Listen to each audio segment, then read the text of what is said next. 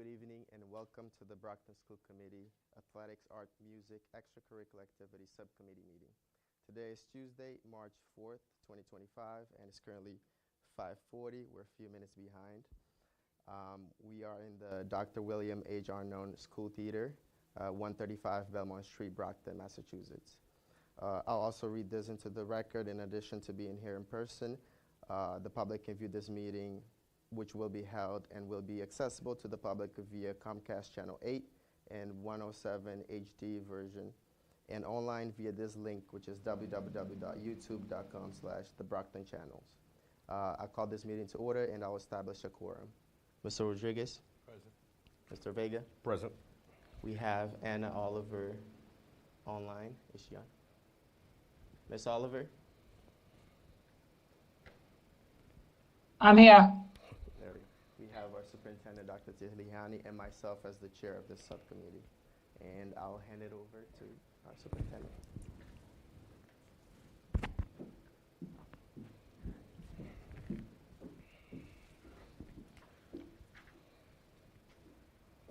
Good evening, everyone.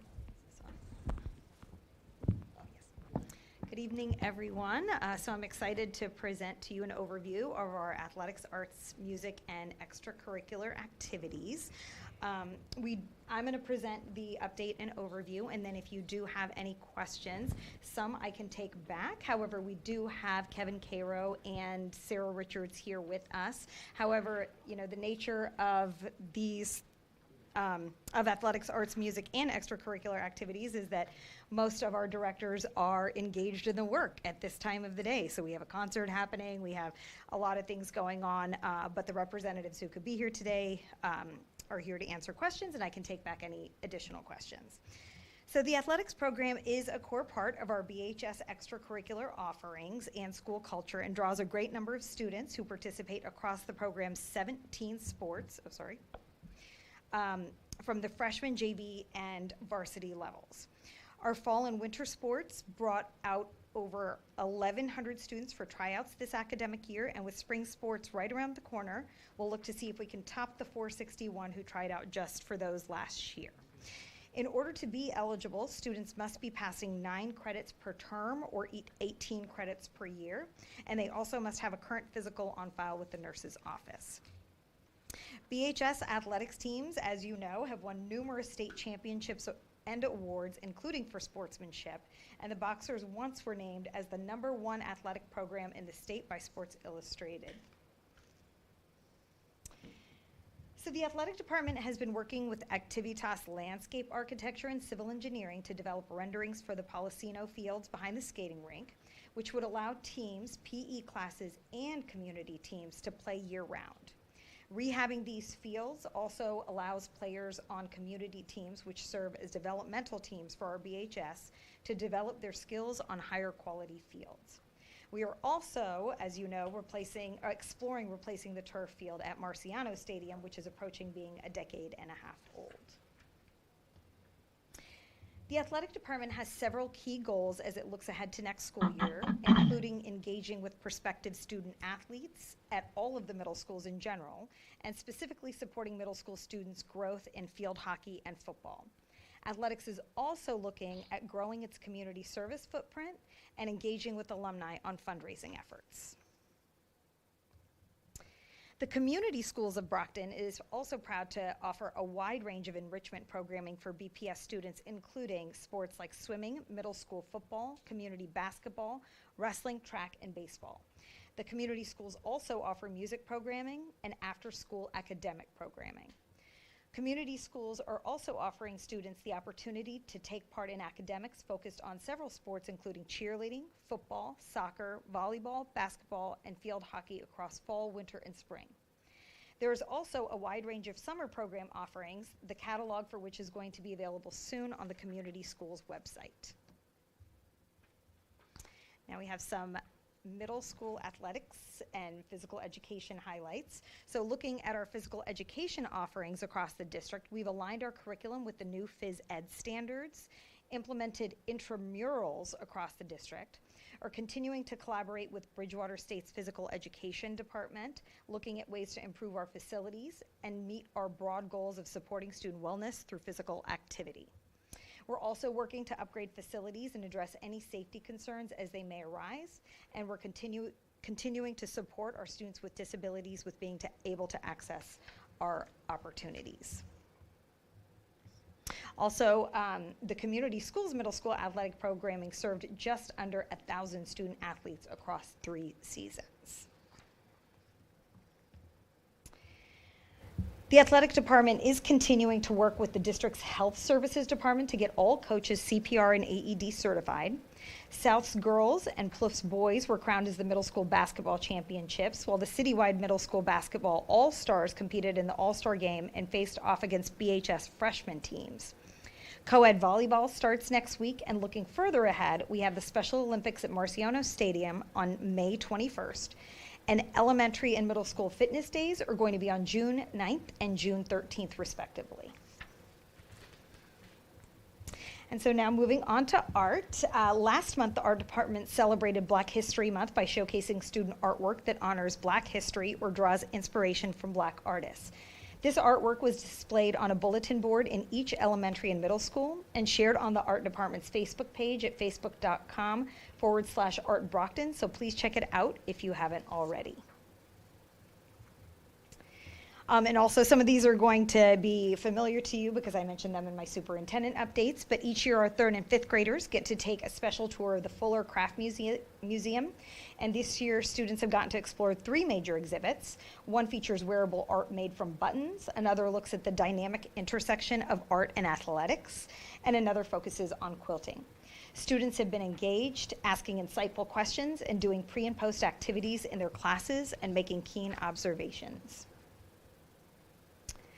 Also, 21 BHS students earned recognition for their incredible talent as part of the Scholastic Art Awards, with 7 students earning silver keys for their work.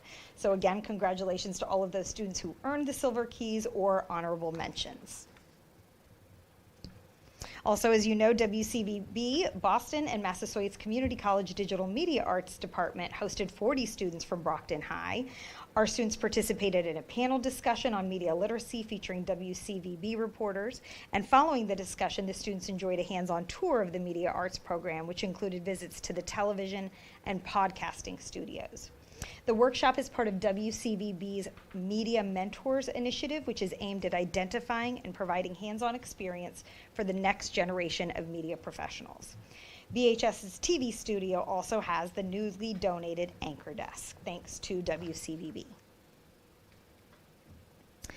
Students enrolled in 2nd semester art education courses at BHS had the opportunity to collaborate on the annual pop-up exhibition entitled I Wish, which uses dandelions to symbolize students' wishes from the past, present, and the future. So hopefully you've gotten an opportunity to walk through there. It is pretty incredible to see. Really just such a beautiful exhibit, and my understanding is that a similar exhibit, they pick a different theme every year and then transform this area every single year. So this was my first year getting to experience it, and it's really quite amazing. We also have some exciting art events coming up for the remainder of the year, including the Art Smart Showcase at the Brockton Public Library later this month, the Photo Voice, IB Senior Art, and Harbor One art shows in April and May, as well as the K-8 art show at the library, which will be on display from May 20th to May 29th. The music department also has some great updates to share. We're in the process of implementing a K-8 general music curriculum, and we'll be collecting teacher feedback to refine that work this spring. We've also implemented a bucket drumming unit. Oh, I think I'm on the wrong slide. Yes. Thanks to generous support from Lowe's in Brockton, Vader Percussion in Holbrook, and Donors Choose. Our BHS musicians have also had standout performances over the course of the year, with harmonics bringing home silver medals from the Shepherd Hill Show Choir Festival and Tasqua Show Choir Spectacular. The Leominster High School Flamingo Show Choir Festival is also coming up on the 8th, and our student singers will be taking part in that as well. Our senior jazz band brought home a gold medal and a ticket to state finals, where our junior jazz band also brought home accolades. The Mass Association for Jazz Education Festival was also present. We also had students accepted to the Bridgewater State Honor Band in the Junior and Senior District Festivals and All-State Festival. Special congratulations are in order to our tuba player Elijah Brown, who qualified for the All-Eastern Festival, and for sax player Ivan Mejia, who was chosen to take part in the Equity Arc Wind Symphony, which is a collaboration with the U.S. Marine Corps Band. BHS students had the opportunity to travel to UMass Dartmouth, where they learned about the history behind the steel pans invented on the island of Trinidad and Tobago. Oh, look, it's actually like playing. Amazing. So students were able to learn about and play different types of steel pans, as well as to get a tour of UMass Dartmouth. So you can't hear it, but you can see it. During the 23-24, I think I have to wait for it to play.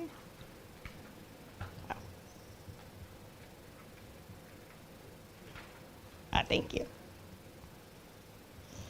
So during the 23-24 school year, 5th grade instrumental music was moved to before school, and the data has, and I know this has been a topic of conversation, the data has shown a drop off in participation following that change. That drop in enrollment is starting to be reflected in the overall capabilities of the middle school instrument music program, and could start to show itself at the high school level within the next few years. So Brockton is an outlier among our peer districts in not offering music during the school days, as Taunton, New Bedford, Fall River, and others do. One note is that Davis is actually not included, as music has continued to be offered during the school day there. So this is certainly something that I have actually heard from many of you. I've heard from the leadership team. I've heard from families and parents that this is or does need to be a conversation that we revisit. However, it does have several different facets and would also end up as part of the conversation at negotiations. The music department did offer some thoughts on how we can increase access for students interested in instrumental music. Among them are collaborating with K-5 leaders to implement lessons during specialist periods and building out an inventory of beginner scholarship instruments. Our peers in New Bedford and Fall River have shown success with similar approaches. It's also worth considering that specialized music instruction can have positive impacts on students' social emotional development, academic performance, and attendance. So looking ahead to the rest of this year, Looking ahead to the rest of this year, we are entering a very busy season for the music department. This week features All City Chorus and the BHS Spring Choral Concert, so tonight and on Thursday night. And the Brockton City All-City Concert Chorus is coming up next Monday, and the All City Band Festival is on April 1st. Also in April, we have the BHS Spring Band Concert, which is a festival and a festival with performances at the high schools in Foxborough and Norwood. In mid-April, BHS musicians will be performing in New York City. And then we have the Citywide Jazz Concert on April 16th and the BHS Pop Concert on May 28th. That brings me to the end of my presentation.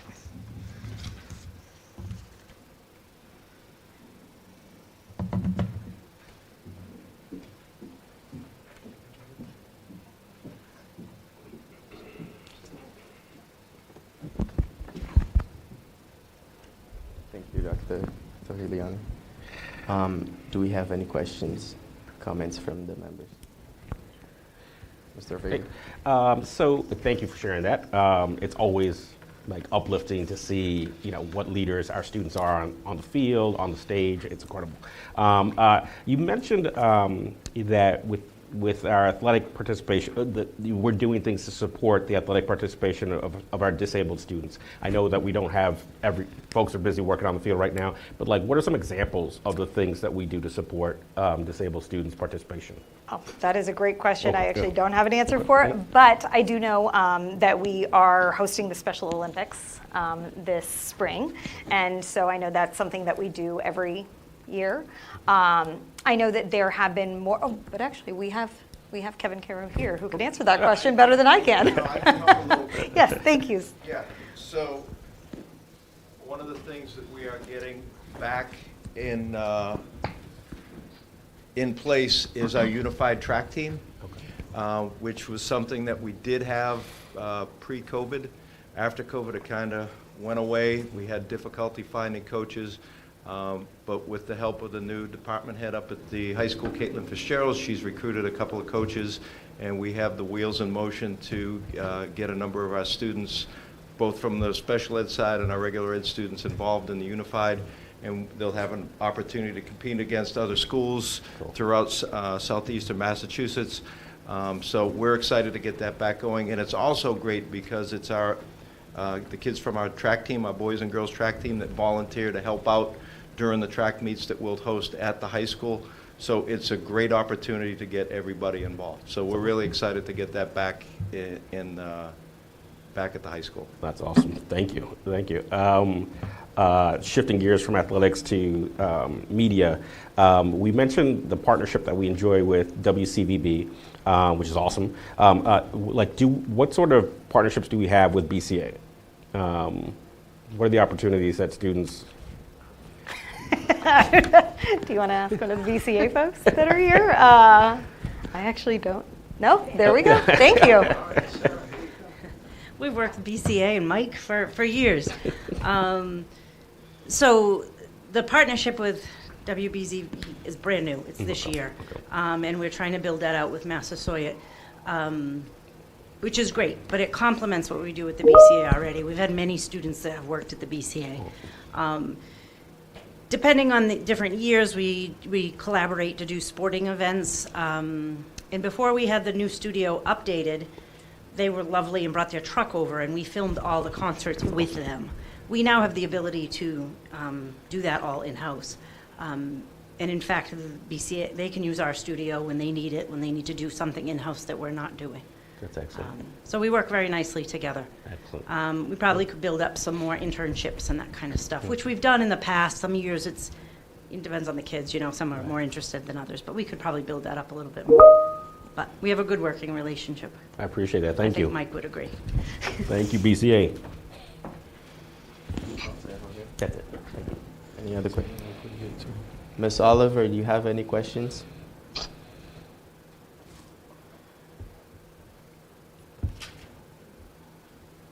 Can she hear us?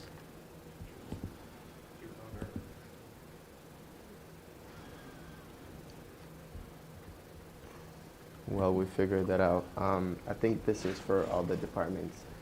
What are some of the challenges or needs that you guys are facing currently, and how can we assist? Where are some of the areas where you need support as far as your specific departments? And so one thing I can say just generally with all of the departments, and this doesn't just include music, arts, athletics, but budget season is a really important time to talk about some of the needs, because challenges and needs are always, not that that's all that is a need, but definitely there are resources that we can be and should be providing. And so those conversations are definitely happening as we're thinking about, sort of providing more access to our students to greater opportunities. Okay. So as far as the challenges in the athletic department, there's not a lot, but we have an old school. We have old facilities that need to be upgraded. And I was just going back through my notes. We've been talking about replacing the turf at Marciano Stadium since 2022. And I said it at our last meeting, I always cringe when we do that GMAX safety test in the summer, because if it fails, we can't put kids on that field to practice or play. And it has happened in other schools. I know Barnstable was one of the ones that they were in the same situation, and it came to the GMAX test in the summer. They played every single fall contest on the road. I don't want to put our kids in that position, so I'm hoping that we can get something moving to get that project out to bid ASAP. That would be priority number one. The second thing is just trying to keep everything maintained for our student athletes and the people in our community that use our facilities. And that's always a challenge, because our outside grounds department is spread very thin, but they do an amazing job of what they have to work with. And I know that we have put in some requests for some budget items to update the the high school gym area, adding new backboards, some cardio equipment to a couple of the exercise rooms we have. So it comes down to budget. Really, that's what it is. I mean, I have a pretty good idea of what we want to get done, and I work with Nick Lee, who's the head of the phys ed department, very closely. But it all comes down to, what our wish list and the reality comes into play. Thank you. That it? I think Sarah? I had a few questions. one Let's sec. back on. You want to add anything before we move on to Ms. Oliver's question? And if I could just add, not a challenge, but just a highlight that I don't know if you folks are aware.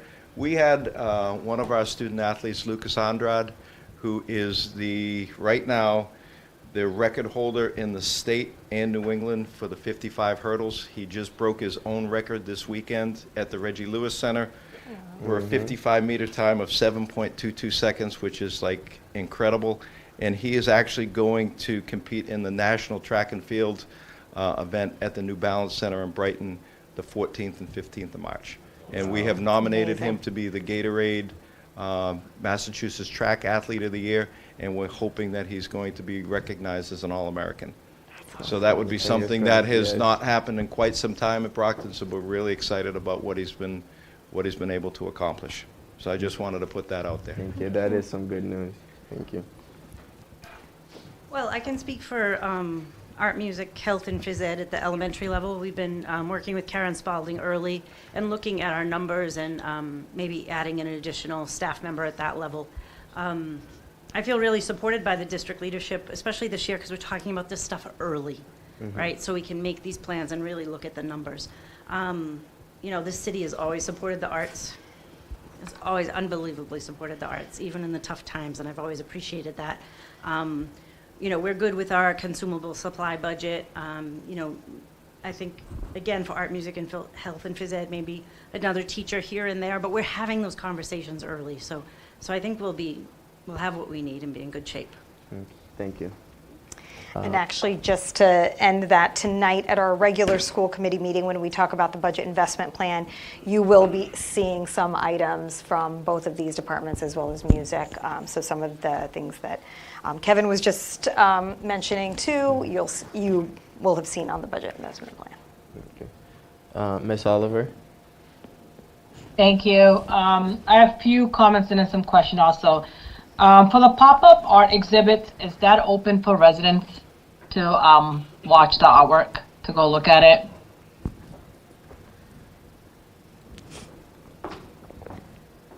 It's just within the school. We don't actually open it up to the public. The pop-up exhibit started after COVID as a way to build community with the kids, because that first February after we came back from COVID, we felt like the kids weren't talking and they weren't. So it's really about them building this community. We invite the classes from the rest of the high school to come through, and there's usually a collaborative part to it. So this year, they came through and wrote their wishes on a little circle, and they could put them up on the board. So we try to get the whole school involved, but it's really about the culture of the kids at the high school. It's something we could open up to the public. We could do a night, an afternoon or a night opening and have them in the lobby, like we do. Great idea. I think I think the residents will love it. I think it's beautiful. Yeah. To get be seen by everybody else, especially parents, to come see their child's artwork will be awesome. Yeah. We do that for the Hubbard One show. We have a night opening, so we could do something similar. The thing I want to say about this pop-up project is this is not driven by me. This is driven by the high school teachers. The art teachers at the high school saw a need for it, and they thought, we just want to do this, and they do it every year. They come up with the theme. I try to get them the supplies they need, but this is really that group of 9 teachers up there that do this every year. So. Thank you. I appreciate it. My other question is for the sports. So how many coaches and trainers are CPR and AED certified? How many? A trainer, I can guarantee you, is CPR and AED certified. We have been making a push to get all of our coaches CPR trained and certified. We've worked with Linda Cahill, who's the head of our nursing department. We set up online courses for the coaches to take prior to the beginning of the year in January. The majority of them have passed the coursework. Now it's a matter of coordinating with Linda to do the actual in-person CPR demonstration with her to get certified. So an exact number, I don't have an exact number. I will say at least 75% of our coaches are CPR and AED certified. I would love to get that at 100. We have a sports event, not 100. Not 100. So if we're having a sports event, is there always someone at one of the sports, the games, that is certified at all times? I would say our trainer is on site for the majority of our contests at home. We do have AEDs that travel with the coaches that if they're not close to the actual building, they have a portable unit that they can take with them. I tell the kids and the coaches that to go over an emergency action plan the very first day of practice. I mean, God forbid, if somebody does have a medical episode or if there's something, another emergency, if we have an active shooter or something, everybody needs to know what to do in a moment of crisis, and we try to get everybody prepared. Thank you. I appreciate that. I'm glad I on the presentation by the superintendent that field hockey, we're trying to get that to the middle school. We have an incredible coach. My daughter played field hockey for 4 years at Brockton High, and I think it's a great sport, and I definitely wanted to move it to the middle school. She does have a lot of equipment that she can bring over there. She has a lot of girls that used to play that I know she can get in touch with them to come and help coach. So I definitely cannot wait to see that being introduced into the middle schools, especially get them ready for high school, because I know the numbers of girls signing up in Brockton High is going to get less if you don't really get them interested in field hockey. So I do like the presentation about that. Another thing I have a really good question about is the cheerleading. I know that other surrounding towns and cities, the cheerleaders do go and compete. So I'm trying to figure out why Brockton High School cheerleaders are not doing the same thing. Well, we have had that discussion with our coach before. I think it comes down to practice space, number one. Number two, financially, what is it going to cost to send teams to compete? I know, and when do we do it? Because during the fall, we offer cheerleading, and they primarily cheer at football games, home and away. Mm-hmm. And in the wintertime, they cheer at our home basketball games for both boys and girls. So I'm not sure when there would be time for them to compete outside of their regular season, because we don't offer cheer in the spring. It's just not something that, since I've been the athletic director, that's even been offered. Maybe we can talk to like other surrounding schools, because I know Southeastern does, and even during football season and basketball season, because I know a lot of girls that is on the cheerleading team that does go and compete. There's always surrounding gyms that we can always see about, like renting it for very low cost, that we can use their gym for competition and training. But I think it's something that we definitely got to look at it again and give our girls a chance, because I know there's a lot of scholarship out there for cheerleaders too. Okay. Are you all set, Ms. Oliver? I think I just froze again, the screen. Okay. Any other questions?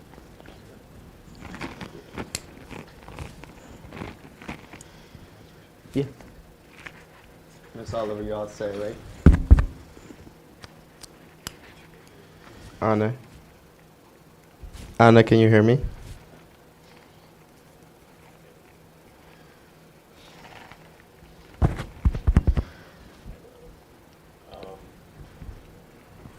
Once she comes back, you have a question?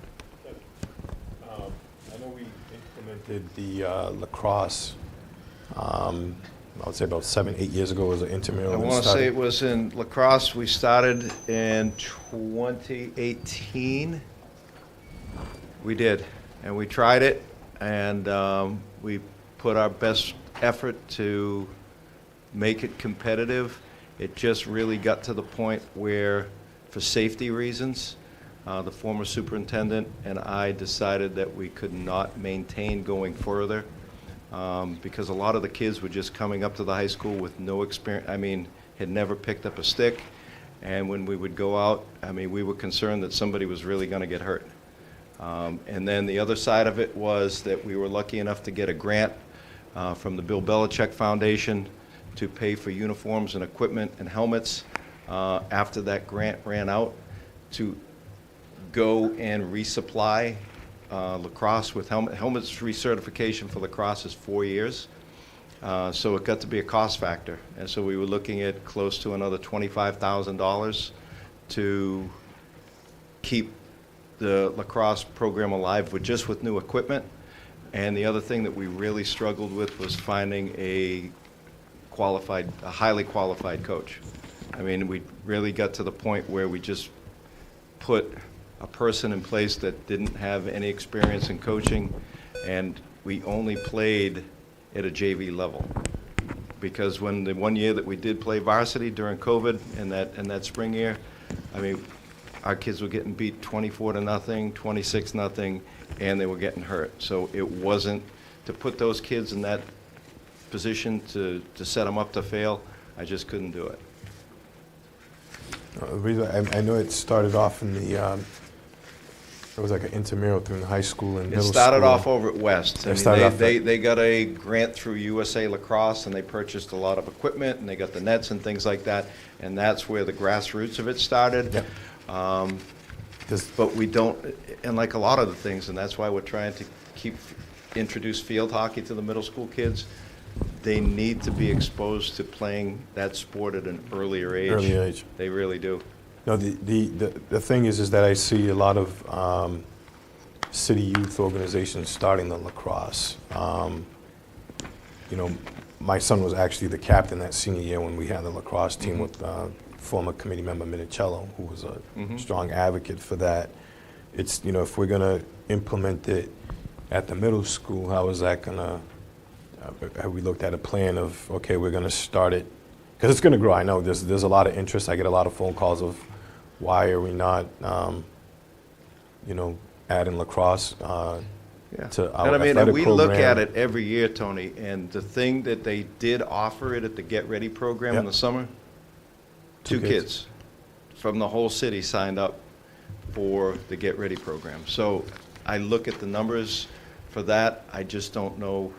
If you have a choice, what we see is the kids gravitate toward basketball and football because they know it. They've played it in phys ed class. They watch it on TV. Lacrosse just isn't, it's not that popular in a lot of the urban districts. I know Durfee, Fall River has looked into it. The interest just isn't there. And the numbers are going down because my buddies down in New Bedford, their numbers are slowly declining. And it's an expensive sport. Just to outfit a boy with the helmet, the chest protecting gloves, is about $750 a kid. That's just a general, not going high end. That's middle of the road equipment, and we supplied it all. Yeah. No, it is expensive. I know. My son played, and it's, he's actually a coach at UMass Lowell now for lacrosse. So. It's just, how do we get there if there's no interest? But, I see, like I said, the Raiders program here in the city, they have a phenomenal one, and we have a lot of residents that are going to Fort Kicks and playing because they have a program there as well, and it's just, why we offered it. We have an abundance of kids doing it. So, we're just looking for the answers, and if it's not sustainable, then obviously that's why we're not doing it. But if it's sustainable on that side, at least we have a group in the city that's offering that level of sports. I've always, had that saying that, any athletic sport that's played at the high school level should be offered at the middle school level so we can grow our program. I played baseball at Weston. We don't have middle school baseball. So it's just like, how do we get there? The hockey program is a prime example. I believe 4 or 5 students this year. We have 4. That's up from, I believe, last year, correct? Because I think like 2. I think we had 4 last year, 4 this year, and we have one of the kids graduating. So next year we only have 3 returning kids playing hockey. And it's a combination of 3 schools, correct? Right now, it's Stoughton. Stoughton is the host school, Yep. and we are the guest school. So it's just Stoughton. I thought, wasn't there another school And then added? that's on the boys' side. On the girls' side, it's Stoughton, Brockton, Sharon, and Randolph. 4 teams. So it's not on the just girls' us, it's side. the other schools as well, it's declining on that as well, so that's a key point. Swimming, Swimming, yes. how are we, are we doing co-ed, or is it? Well, we do have boys a and- boys' team, a girls' team, and we have diving for both boys and girls. So we've offered that since I've been here. Okay, I was looking at that, so, just to close this off, I know, when we talked about, with the, like the focus of this meeting and this subcommittee when I got on, putting it together is to see what the needs are and just to address certain things.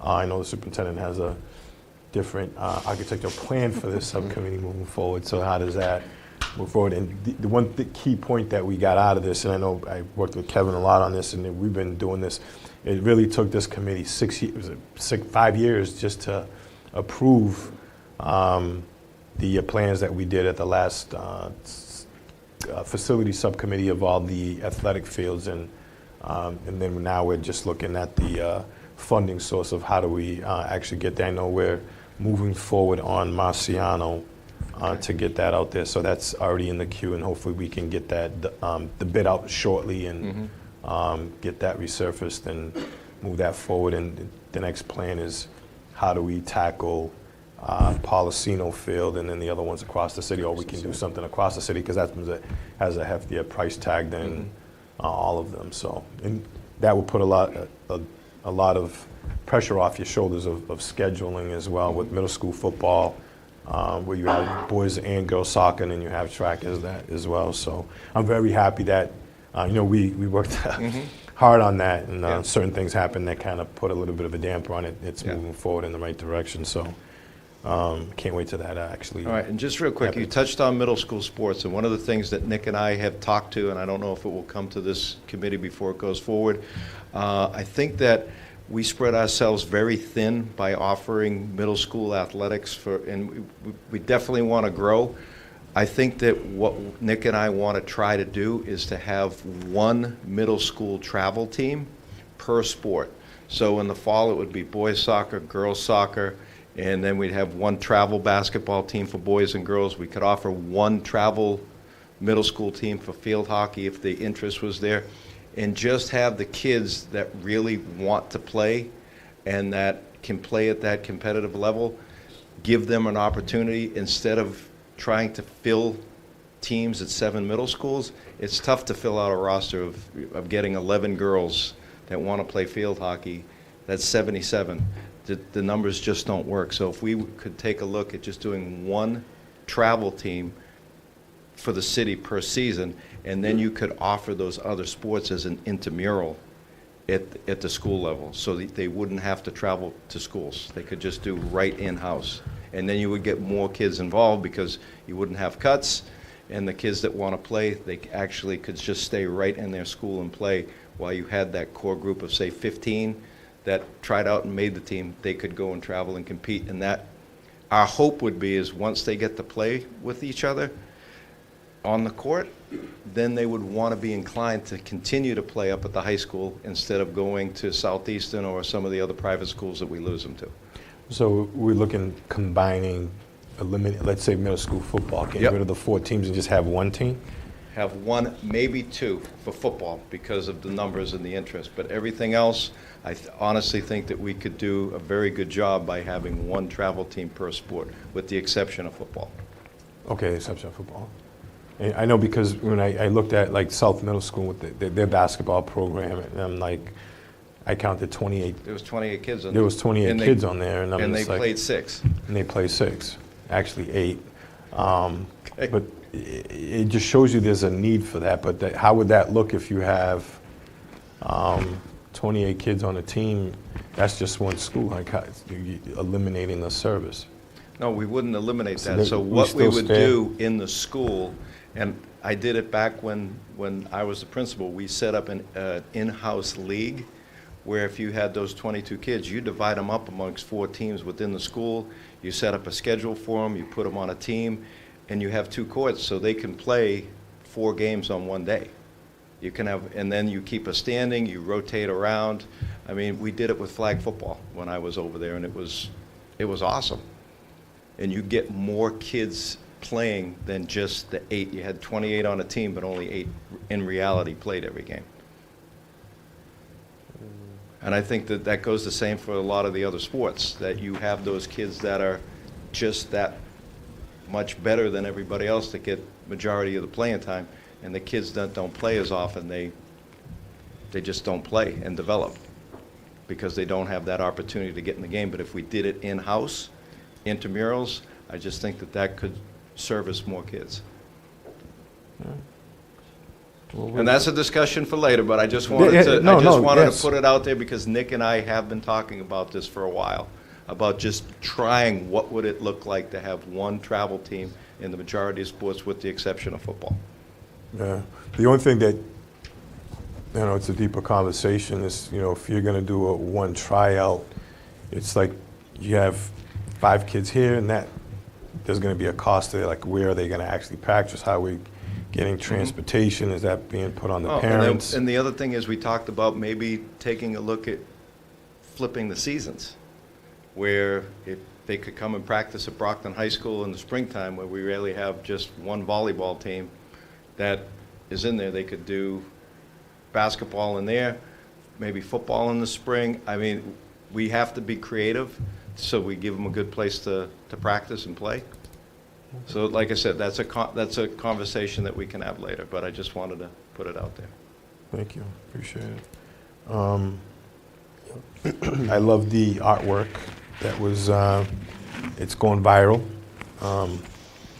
at the high school.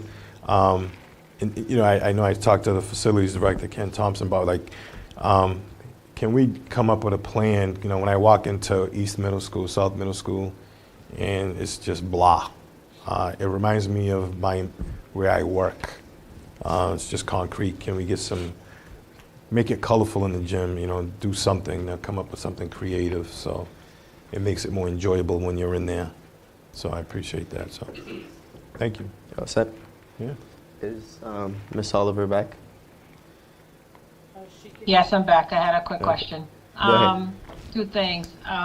Definitely just to piggyback up what Mr. Rodriguez was talking about, the artwork. We have some incredible students that are very artistic that maybe we can see about having them do some mural at our middle schools. Definitely, I agree. Some of the schools do need some artwork. They're very plain and looks very much not as a school but something else.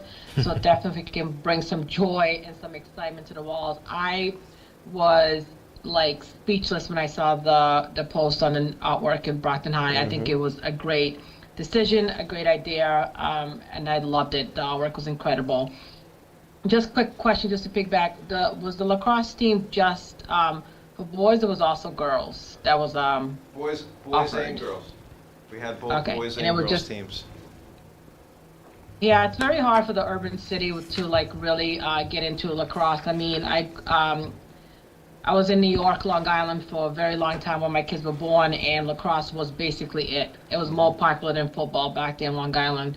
And a lot of girls that I know about got scholarship because of lacrosse. It's definitely a New York thing more than Massachusetts, but I wish more would sign up for it. But definitely thank you for all the work that you're doing. I do agree with bringing more sports to the middle school. Any way we can get them there will be awesome. We'll definitely work as a team to make sure every student has the opportunity to play the sports they love and see how far they can get. Thank you. Thank you, Ms. Oliver. I'll echo what all my colleagues have said. It is important that we use these departments to, be inclusive, as Jorge was mentioning earlier, but also a means of engaging students with different activities, different sports, art, music, you name it. I also love seeing, it's all over Facebook, the beautification art that was done at BHS, a major piece, and if we can see that more often in all of our schools, that would be amazing. I had a quick question. I do remember we, not too long ago, approved a grant to purchase new music instruments. Did we already? So that is in process. In process, okay. So it's not fully. I actually don't know. I can check to Okay. see if it's at completion yet, but that definitely moved forward.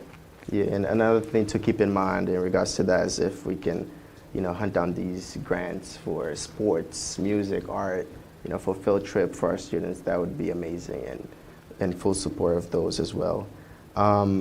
Does any member have any other questions, comments, concerns? Do you guys present have any? I got one more. Go ahead.